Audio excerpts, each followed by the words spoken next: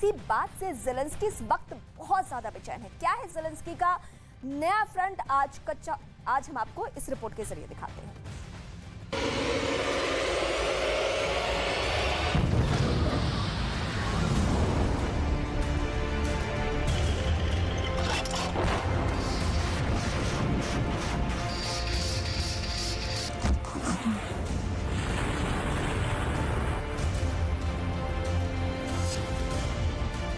इन्हीं तस्वीरों में छिपे हैं वोलोदिमीर ज़ेलेंस्की के 11 फ्रंटियर।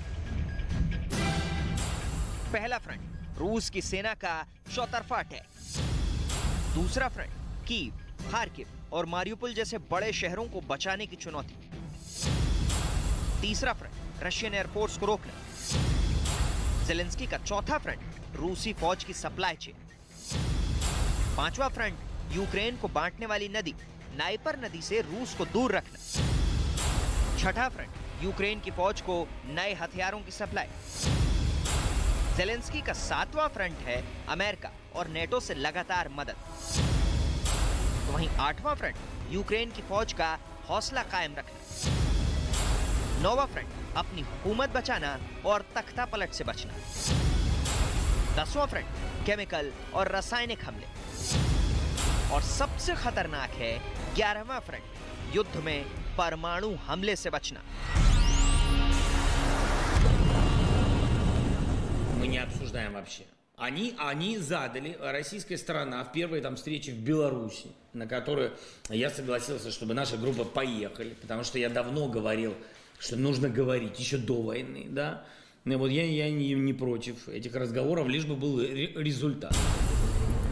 ये डर इसलिए बहुत बड़ा है क्योंकि रूस ने इनकार नहीं किया कि वो परमाणु हमला नहीं करेगा। रूस का एक TOS-1 वेपन सिस्टम यूक्रेन की फौज ने पकड़ा है। ये एक छोटे दायरे में न्यूक्लियर हमले जैसे हालात पैदा करता है। उस गाड़ी में कई ऐसे रॉकेट पड़े मिले जो अब यूक्रेन रूस के खिलाफ भी इस्तेमाल कर सकता है। ये रॉकेट किस तरह की तबाही के लिए इस्तेमाल होते हैं, उसका छोटा सा ट्रेलर देखिए।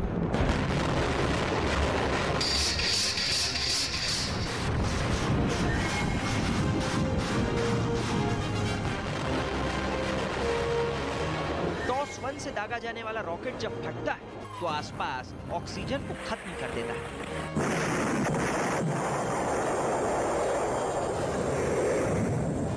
शॉकवेव ऐसी होती हैं कि बंकर में छिपा फौजी भी जिंदा नहीं बचता। इन हथियारों के इस्तेमाल को लेकर रूस की बहुत आलोचना हो रही है।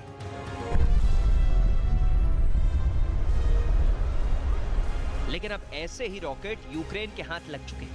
हालांकि ज़ेलेंस्की ने ऐसे हथियारों से तौबा की हुई। रूस के पत्रकारों ने जब ज़ेलेंस्की से पूछा कि केमिकल और जैविक हथियारों की लैब के आरोपों पर उनका क्या कहना है, तो देखिए ज़ेलेंस्की ने रशियन भाषा में क्या जवाब दिया। Мы не обсуждаем вообще. Они задали, российская сторона, в первой там встрече в Беларуси, на которую я согласился, чтобы наша группа поехали, потому что я давно говорил, что нужно говорить еще до войны, да. И вот я не против этих разговоров, лишь бы был результат. ज़ेलेंस्की के सामने इस वक्त बड़ा चैलेंज यूक्रेन के बड़े शहरों को बचाना है और वो इसमें अब तक कामयाब भी रहे हैं, क्योंकि रशियन फोर्सेस अभी तक कई शहरों के बाहर ही खड़ी और मारियुपोल में तो लगातार जूझ रही है। यूक्रेन का ये मैप देखेंगे तो आपको इस युद्ध में रूस की फौज की बढ़त या कहें कि कब्जे का अंदाजा हो जाएगा। ये लाल हिस्सा बताता है कि उत्तर से पूर्व और पूर्व से दक्षिण यानी क्राइमिया तक रूस की फौज कहां-कहां तक पहुंच चुकी है। लेकिन रशियन आर्मी के कंट्रोल में अब तक राजधानी कीव नहीं है, खार्किव नहीं है। मारियुपोल में लड़ाई जारी है और वहां बहुत ही खतरनाक युद्ध चल रहा है। यूक्रेन युद्ध तीसरे विश्व युद्ध में तब्दील हो सकता है, ये बात ज़ेलेंस्की ने फिर दोहराई। एक महीने से ज्यादा लंबे वक्त से जारी युद्ध में ज़ेलेंस्की अब कुछ थके हुए नजर आ रहे हैं और वो खुलेआम जाहिर कर रहे हैं कि रूस उन इलाकों से पीछे नहीं हटेगा जहां उसने कब्जा किया हुआ है। Хуже всего русскому языку сделал Владимир Владимирович Путин. Я считаю, непоправимый ущерб. Конечно же, люди будут стесняться за пределами России говорить в каких-то обществах иногда по-русски. Так и будет. मारियुपोल से रूस की सेना की कई तस्वीरें लगातार आ रही हैं। मारियुपोल में रशियन स्पेशल फोर्स कैसे शहर को घेर रही है, लेकिन उनके सामने शहर में मौजूद यूक्रेन की फौज डटी है। मिलिशिया भी है और आम लोगों की मौजूदगी पूरे ऑपरेशन में एक बड़ी रुकावट भी है। शहर में रशियन आर्मी के टैंक देखे जा सकते हैं। Невыгодно было стирать с лица земли города, потому что ты когда оккупируешь, надо, чтобы там кто-то жил, работал. Тебе же там будут трусы твои стирать, ты военный, ты солдат, ты же там стоишь. Кто-то это должен делать. Мыть, убирать, готовить, жрать, где-то жить. Кинотеатры работали во Франции и так далее. Ну, понимаете, это, ну как, здесь не так. Вообще не так. Здесь заходят, если местная власть или кто-то не хотят, местную власть украли, люди начинают что-то там кричать, выжигается все. Невыгодно было стирать с лица земли города, потому что ты когда оккупируешь, надо, чтобы там кто-то жил, работал. Тебе же там...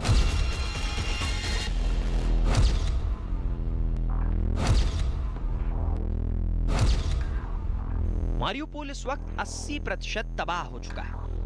कुछ ही पॉकेट बची जहां बमबारी नहीं हुई।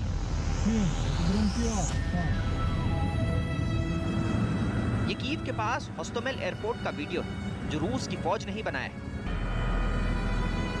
रशियन स्पेशल फोर्स इसे ऑपरेट कर रही है और यहाँ रशियन फोर्स होने का मतलब कीव के लिए अच्छी खबर नहीं मानी जाएगी।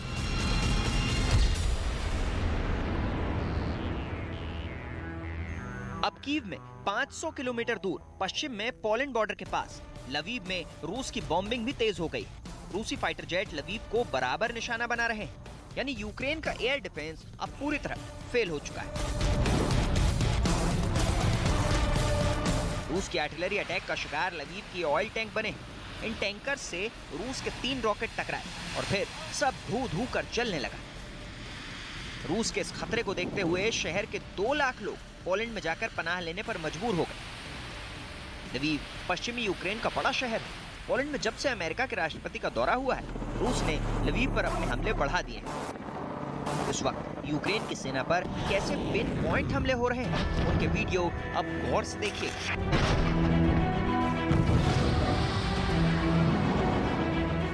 जमीन पर ये यूक्रेन का बुक एयर डिफेंस सिस्टम है, जिसके ट्रैक के निशान बताते हैं कि वो हमले से बचने की कोशिश कर रहा है, लेकिन रूस के हमले से बच नहीं पाया। देखा आपने कैसा जबरदस्त धमाका हुआ? एक बार फिर देखिए। ऐसी मिसाइलों में रूस के विमानों को बहुत नुकसान पहुंचा और रूस अब उन्हें चुन चुन कर खत्म कर रहा है। ऐसे हमलों में ड्रोन अटैक्स का बहुत बड़ा रोल है, जो युद्ध के 1 महीने बाद और बढ़ता जा रहा है। Кроме того, в районе аэродрома Чернобаевка Херсонской области сбиты в воздухе 5 ракет украинской реактивной системы залпового огня «Смерч». В течение суток 27 марта оперативно-тактической авиацией и ракетными войсками поражены 36 военных объектов Украины. Среди них 2 пункта управления, 2 зенитных ракетных комплекса, 1 установка реактивной системы залпового огня, 3 склада боеприпасов и 2 склада горюче-смазочных материалов, 23 района сосредоточения украинской боевой техники. अब तक ऐसी तस्वीरें रूस के नुकसान की ज्यादा आई, जिसमें रूस के टैंकों को यूक्रेन के ड्रोन मिसाइल अटैक से उड़ाते रहे। इस वीडियो में रूस का एक इन्फेंट्री व्हीकल यानी बख्तरबंद गाड़ी रूस के एक टैंक पर हमले के बाद उसके क्रू को बचाने पहुंची। ये सब कुछ यूक्रेन का ड्रोन रिकॉर्ड कर रहा है। ऐसे हमले अक्सर TB2 ड्रोन से किए जाते हैं, जिसे रोकना रूस के लिए बहुत मुश्किल हो गया है। यूक्रेन ने TB2 ड्रोन तुर्की से खरीदा था। TB2, जिन्हें बेरे कतार ड्रोन भी कहा जाता है, ये 4 एंटी टैंक मिसाइल लेकर उड़ता है। 150 किलो तक वजन उठाने वाला TB2 ड्रोन 25,000 फीट की ऊंचाई पर 27 घंटे तक मंडरा सकता है। यूक्रेन के पास ऐसे 20 ड्रोन थे, लेकिन रूस का दावा है कि कई TB2 ड्रोन वो मार गिरा चुका है। लेकिन सच ये है कि अब तक इस ड्रोन ने रूस की नाक में दम किया हुआ है। उसके कई टैंक